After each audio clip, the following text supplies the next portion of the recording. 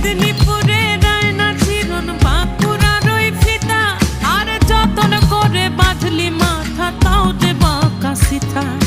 পেছ পাড়িয়ে